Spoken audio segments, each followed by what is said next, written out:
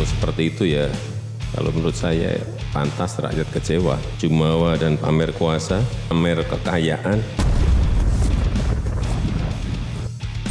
Berkembang di Kementerian Keuangan ada korupsi 300 triliun, bukan korupsi, pencucian uang.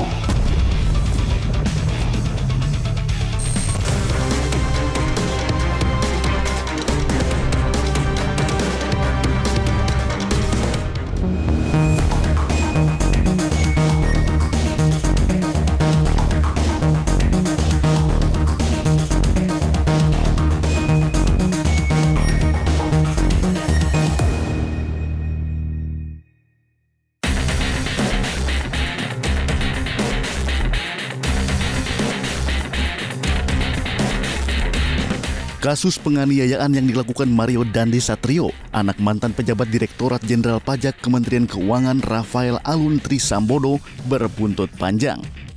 Sebelumnya Dandi menganiaya David Ozora pada 20 Februari lalu di daerah Pesanggerahan, Jakarta Selatan yang menyebabkan korban koma hingga kini. Akibat ulah sang anak, karir Rafael pun seketika tamat. Bukan sekedar dicopot dari jabatannya, Rafael pun dipecat sebagai aparatur sipil negara. Maka mulai hari ini Saudara RAT saya minta untuk dicopot dari tugas dan jabatannya. Dasar pencopotan dari jabatan struktural adalah pasal 31 ayat 1 PP 94 tahun 2021. Mengenai disiplin pegawai negeri sipil. Kini nama Rafael terus mendapat sorotan.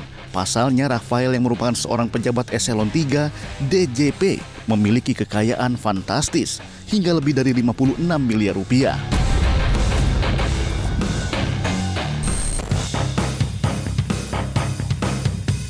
Dalam laporan harta kekayaan penyelenggara negara LHKPN KPK tahun 2021, Rafael Alun Trisambodo tercatat memiliki harta kekayaan mencapai lebih dari 56 miliar rupiah.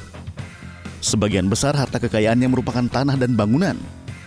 Rafael tercatat memiliki 11 aset tanah dan bangunan senilai 51 miliar rupiah lebih. Selain tanah dan bangunan, Rafael juga punya 2 unit mobil senilai 425 juta. Namun mobil Rubicon yang digunakan Mario Dandi tidak ada dalam laporan.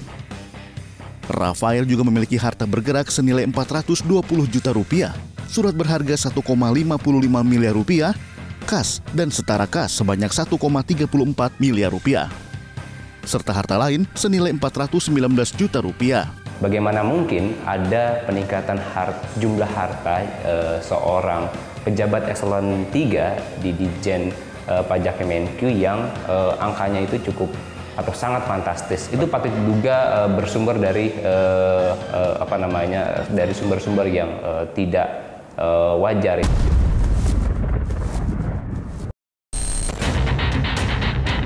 Usai menjadi perbincangan masyarakat, Rafael pun muncul melalui rekaman video. Ia mengaku siap bertanggung jawab atas jumlah kekayaannya tersebut dan akan menjalani proses pemeriksaan oleh Inspektorat Jenderal Kementerian Keuangan. Terkait pemberitaan mengenai harta kekayaan saya, sebagai bentuk pertanggungan jawab, saya siap memberikan klarifikasi terkait harta kekayaan yang saya miliki. Saya siap mengikuti seluruh kegiatan pemeriksaan.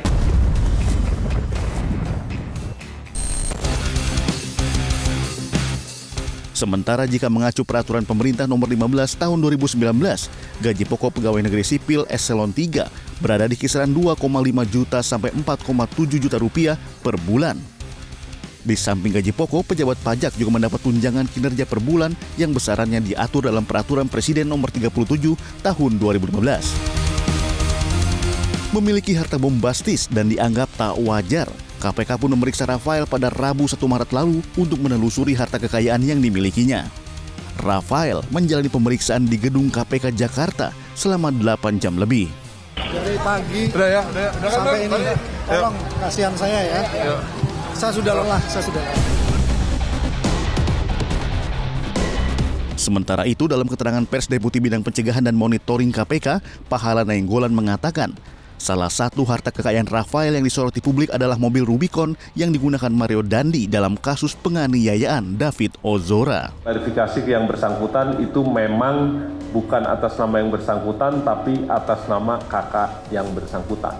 Jadi dari yang di gang, lantas dia beli, dia jual lagi ke kakaknya. Jadi kita bilang, ya sudah, gitu. Kasih unjuk aja dokumennya, nanti dia akan bawakan. Itu yang yang Rubicon. Ya, Harley Davidson karena nggak ada plat nomornya, kita juga nggak bisa cari kemana-mana. Tak hanya harus menghadapi pemeriksaan oleh KPK, Pusat Pelaporan dan Analisis Transaksi Keuangan PPATK juga memblokir 40 lebih rekening milik Rafael dan keluarganya karena mengendus adanya dugaan tindak pidana pencucian uang. Rekening yang diblokir tersebut terdiri dari milik pribadi Rafael, istrinya, putranya Mario Dandi, dan perusahaan atau badan hukum. Total uang yang tersimpan dalam puluhan rekening tersebut mencapai 500 miliar rupiah. Jadi terakhir ini kita sudah bukukan 40 rekening ya, dan ini akan terus berkembang. Tentu apa yang kita hasilkan itu ada indikasi tindak pidana pencucian uang dan tindak pidana asalnya, seperti korupsi, penyuapan, dan lain-lain.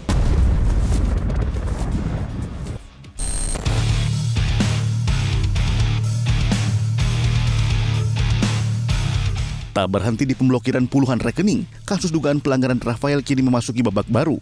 PPATK juga menemukan adanya safe deposit box berisi uang pecahan dolar Amerika Serikat dan dolar Singapura senilai 37 miliar rupiah. Uang yang tersimpan di safe deposit box salah satu bank BUMN itu diduga merupakan hasil suap. Itu punya deposit box sekian. Itu pun yang baru ditemu sebagian loh, 37 miliar itu. Karena begini, beberapa hari sudah bolak-balik tuh dia ke berbagai deposit box itu. Terus pada suatu hari pagi dia datang ke bank mau buka itu, langsung diblokir oleh PPATK. Satu safe deposit box itu sebesar 37 miliar dalam bentuk US dollar. Nah, seperti itu tuh pencucian uang.